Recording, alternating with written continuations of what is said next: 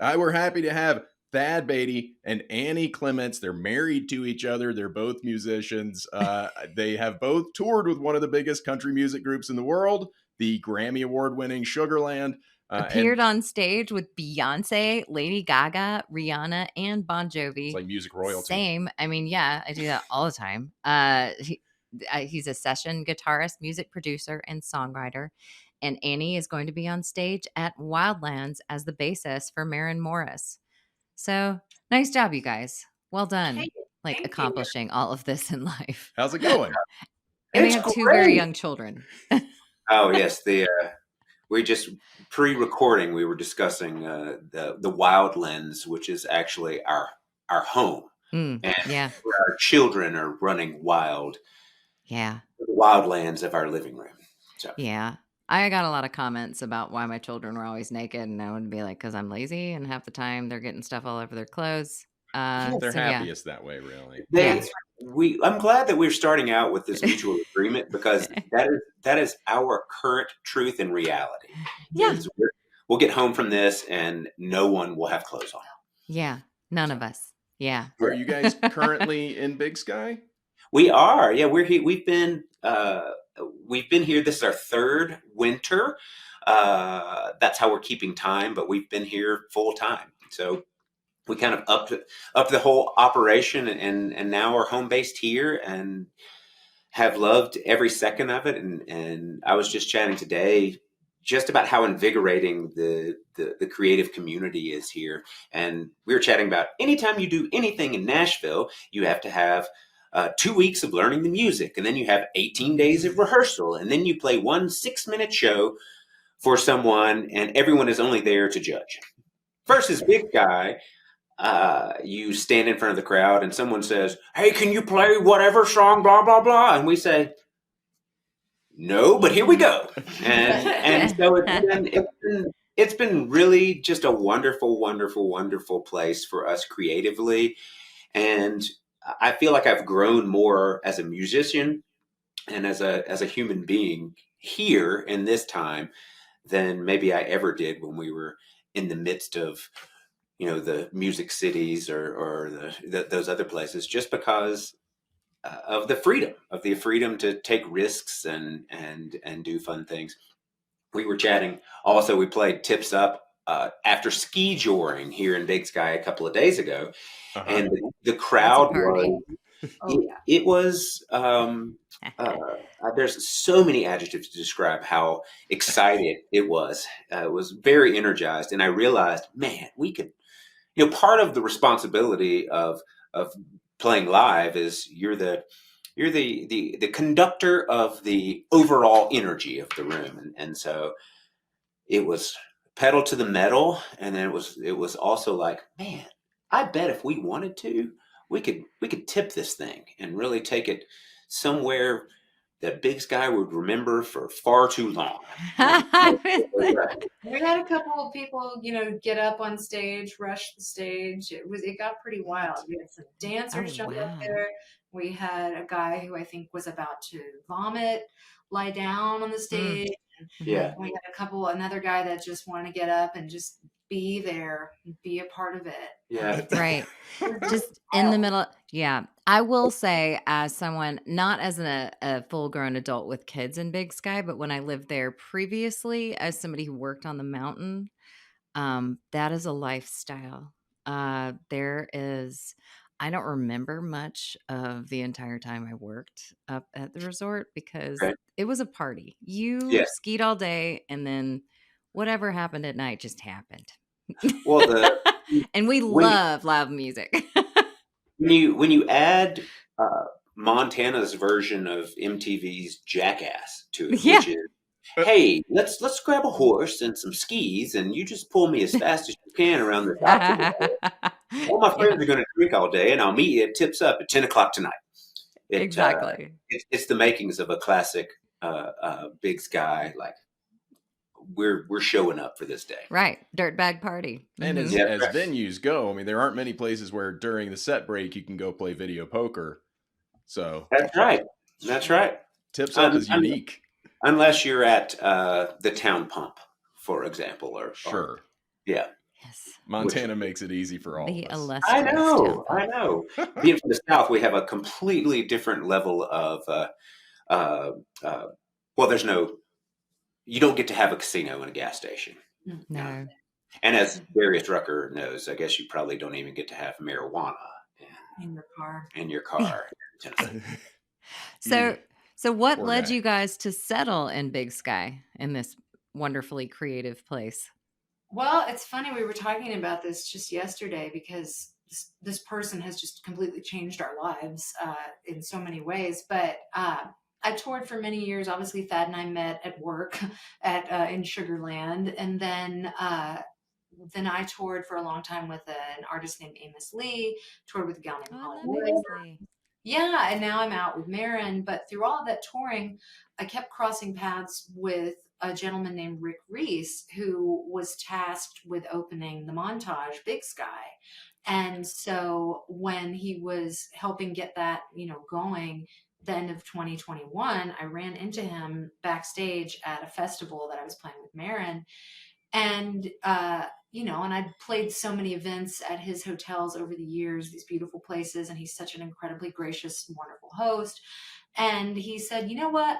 I'm getting this new property going. It would be so cool to have some really great music, and there is lots of great talent in Montana. But I think it would also be really interesting if we could bring in some acts from Nashville, some more widely known folks, or different types of things, but I need somebody who has some connections with some of those people." And so he asked me and Thad to just come up and visit and see Big Sky and see the hotel. And it was just like, well, this is incredibly wonderful and beautiful, but it was hard to imagine that we would actually end up like moving here. It just was not a part of our trajectory of our lives. And we had a 1.5-year-old daughter at the time.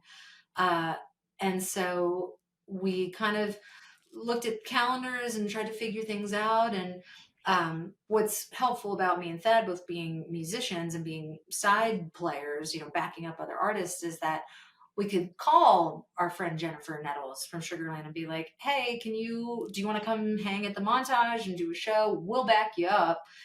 So we were able to sort of be the backing band for all of our friends to come out and play. And then as we were kind of looking at how it was going to work, it was like, well, it's going to make more sense for you guys to just kind of move here for the winter season rather than try and fly back and forth once a week from Nashville. And so we did, and then we basically just never left. Yeah.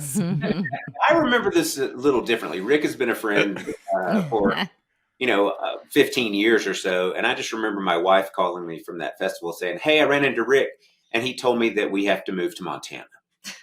Like, you're moving, and I'm like, "Sounds great. I'm ready to go," because I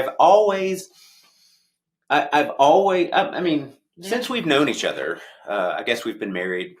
We don't really know. I think it's around 15 years approximately. Give or take. We secretly dated in Sugarland when everybody knew we were dating, but boy, did we working on the secret. And throughout that entire season, I always just said, I just want to move to Montana one day. And this is literally 20 plus years ago. Nice. He did. I played a gig, I guess, that 4th of July before we were asked to come up here in Montana, and I bought him a sweatshirt from the airport, the last best place, because he just loved Montana. Yeah. We'd never vacationed here or really visited other than just touring, but yeah, his heart was always here. Yeah.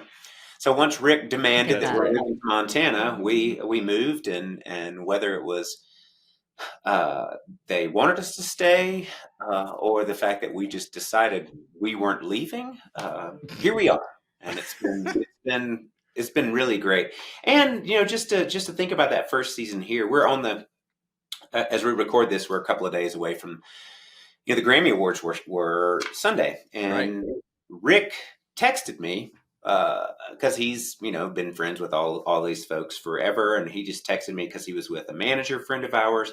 They were at Music Cares, which is the Grammy Association's nonprofit foundation. They were honoring John Bon Jovi. He just texted and said, "Hey, I had a great chat with so and so about you."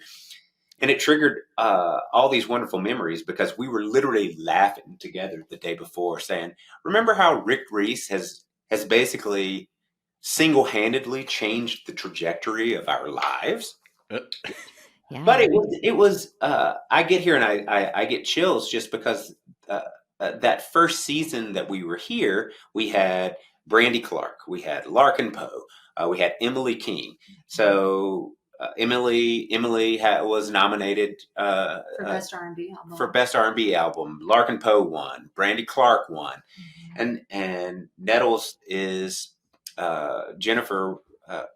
I think has one of the distinctions of being one of the only song of the year penned exclusively by a female, and by herself. yeah, by herself, and so it's fun to think, wow, just like this crazy. Some of the people that we brought up here as we were starting this journey, and now they're being celebrated in the biggest music industry forum that there is. It was a little bit humbling and awe-inspiring all at the same time. Yeah. But we definitely think that's why it's happening, right? I mean, shouldn't there be just an influx of artists who want to come here now? After that is a great point. So basically, the next social media post that we should send out into the ether is, "Hey, look at all the people that won Grammys after coming to visit us in Montana. Want to win a Grammy? But Come to Montana." It is truly a beautiful place and an awe-inspiring place, and we do really are focused on bringing people here just to get away and write songs and be inspired by the tremendous beauty of this area. So it is actually a very special place. Yeah. Absolutely. You guys mentioned you started dating secretly in Sugarland. Yeah. You're living in Big Sky now.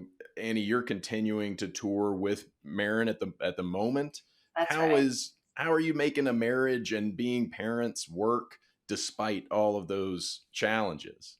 That's where our secret weapon comes in, which is Thad's mother, which is Nice. the only way any of this could have ever worked. So when we had the opportunity to relocate here, we humbly went to Thad's mom, who also, lived in Nashville, and said, will you join us on this journey? And so she takes care of the kids when I leave, and, she's at a moment's notice if we need to duck out and go do something. A podcast, for example. A podcast, for example. She is there to pick up the mantle of taking care of the children. But that's the only way any of this works, is because of my mother-in-law. So we're very, very fortunate. Yes, you are certainly blessed. Yeah, it's unbelievable. And, obviously it's kind of a remote location, not necessarily ideal for touring, but we're making it work. I've got to drive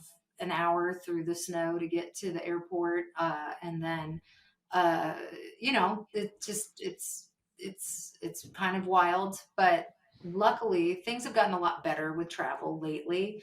Not as many cancellations. And, so yeah, we're just making it work. You just kind of just put one foot in front of the other. I think that's probably what anybody does, no matter what they're doing. But and that's what we're doing. The other side of that is it's kind of all we've ever known. That's the truth. And I moved to Nashville, and basically after a couple of years in college, and here we are 3,000 years later, and we've just been blessed to have doors open and opportunities happen. And so anything relationally, business wise, anything has always been within the context of travel or the two of us kind of crossing paths in the night.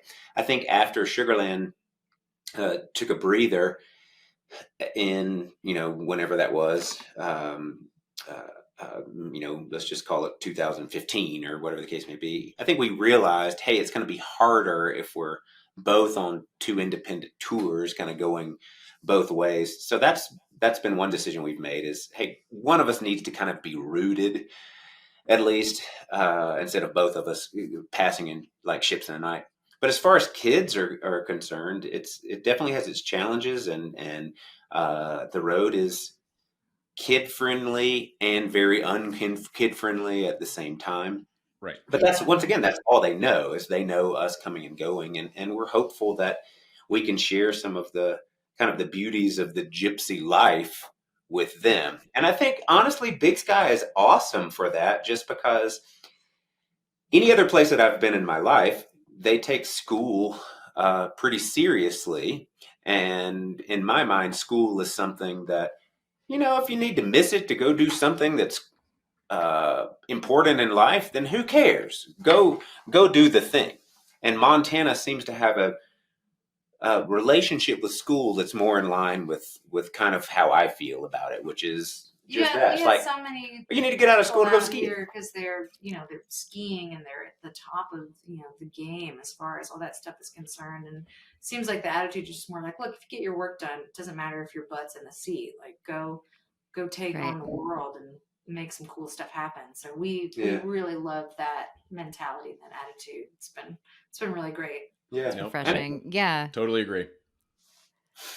Yeah, that was a refreshing thing to have. Yep. Whereas the schools we were at before, if our kids missed a few extra days, we would get a lot of emails about how they need to be in class and how important it is and all that stuff. And I'm like, they have all A's and they are doing great. Irresponsible parents. But live your life, kids. Don't miss so many days you don't know what's happening. But like, I agree with you guys. Like, so you're telling me that they need to be here versus going with us to play the Nobel Peace Prize ceremony in Oslo. Is that what you're saying? Yep, it's important because we're going to cover digestive anatomy that day. Sure. I'm glad you bring up digestion because part of your story, right, has been a huge change in diet and exercise. Talk a little bit about that. Specifically, we're Southerners, just like y'all are. How in the world are you making a vegan diet work in Big Sky, Montana? I am genuinely curious. Are you really? Well, Joe, you and I don't eat very much meat, so. I think it's our secret weapon is Thad's mother-in-law. Yeah, my mom. Thad's mom, my mother-in-law. She was diagnosed with colon cancer, 15 years ago? And so Thad and Thad's brother basically made a commitment with her to get her healthy. And they all three of them just totally changed their eating habits, gluten-free, vegan, the whole thing. And it had an incredible impact on all of their health. And, it's interesting. I don't eat that way, but I don't know how to cook. So I do eat that way at home because Thad's mom does all the cooking. And that's incredible. It's unbelievable. And she loves it. That's like her passion, is looking up recipes and trying to adapt Southern style cooking to a gluten-free vegetarian lifestyle, which is a remarkable challenge. Yeah. But she has done it when with me being on the road as much as I am, it's harder to maintain such a strictness, but sure.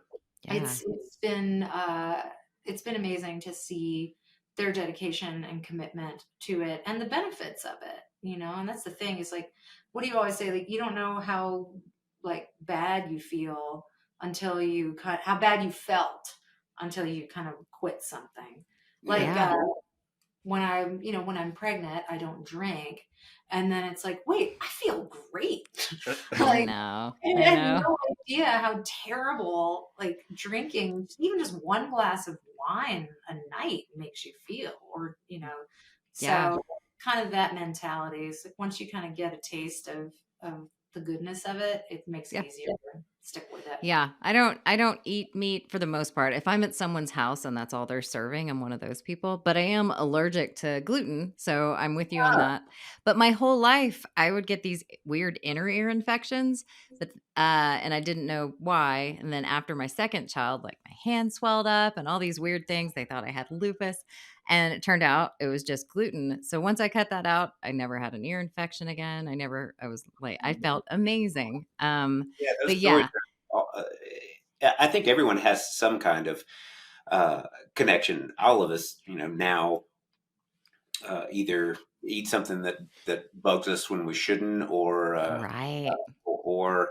are aware of what happens when we drink too much or any of those things. And Oh it's yeah. Montana. We added.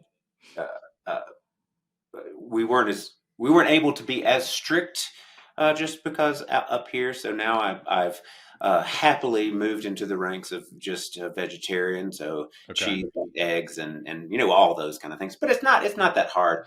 We Yeah. like to say Clem here is an opportunivore. Call myself an opportunivore. I like Many- that. Opportunity presents itself, I will generally eat it. Yes, Yeah. that is a lifestyle. Yeah, Which is opportunivore.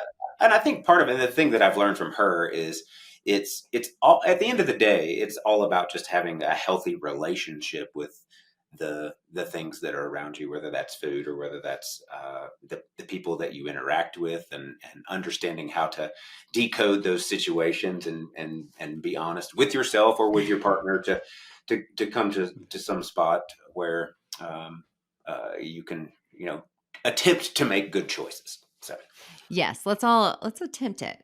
Yeah. I've lived here long enough. I could tell you that your mom, Mama Beaty, has my respect. Yeah, she's Man. welcome to come over.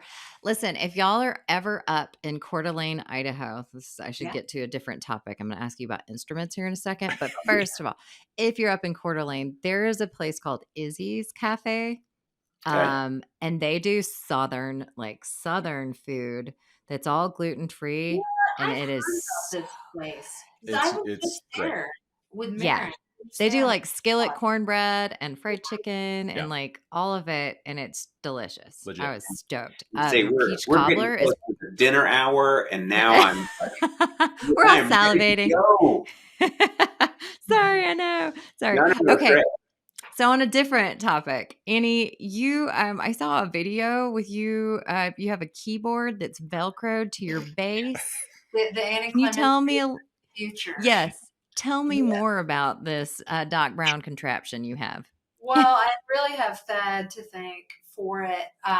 You have to start with I don't know if you guys experienced this, but a few years ago there was a health issue that went around. A couple of people got something called COVID, and Yeah, haven't heard, but I'll look it up.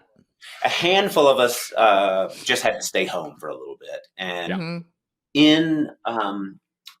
in that period of time, excessive boredom sets in, and you're just trying to figure out what the hell to do with your day.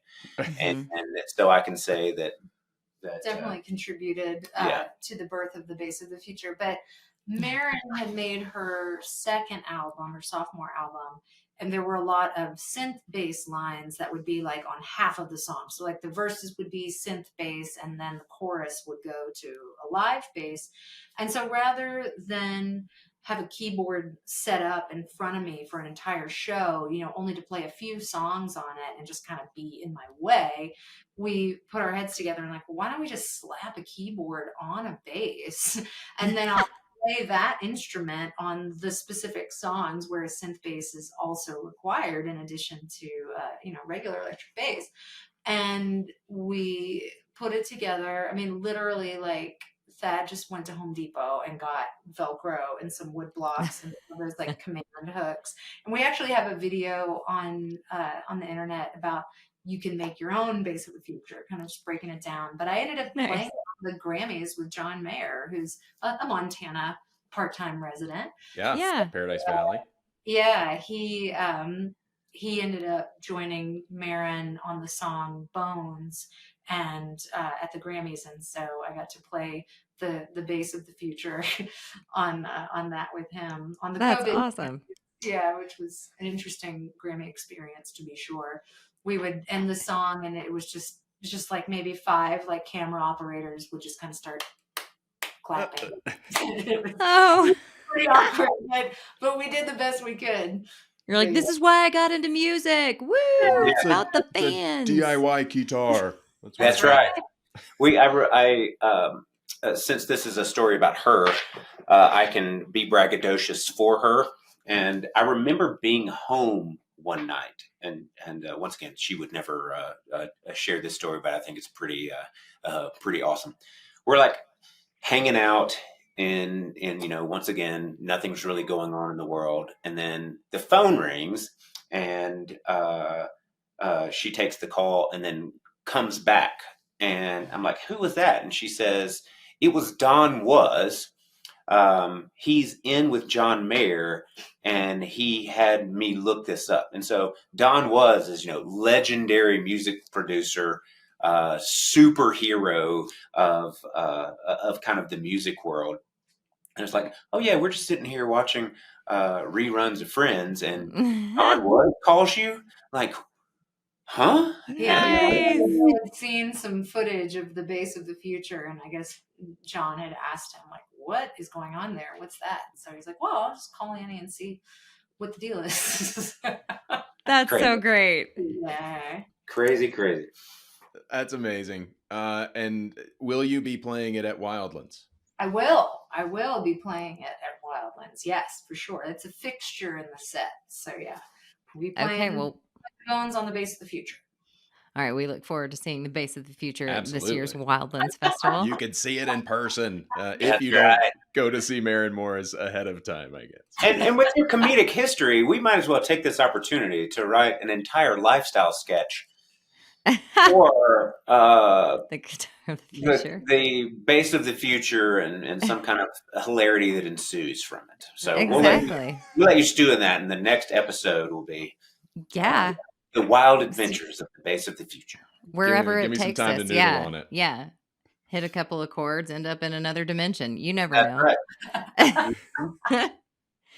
All right. Well, thank you guys so much for your time today. This has been great. This has been Heck yeah. awesome. You two are phenomenal humans and musicians. So we appreciate your time because we know you have very little of it with 2 young children and a full career. If you're lucky, you'll catch these guys at Tips Up prior to Hey. August. Yeah. That's right. Mhm.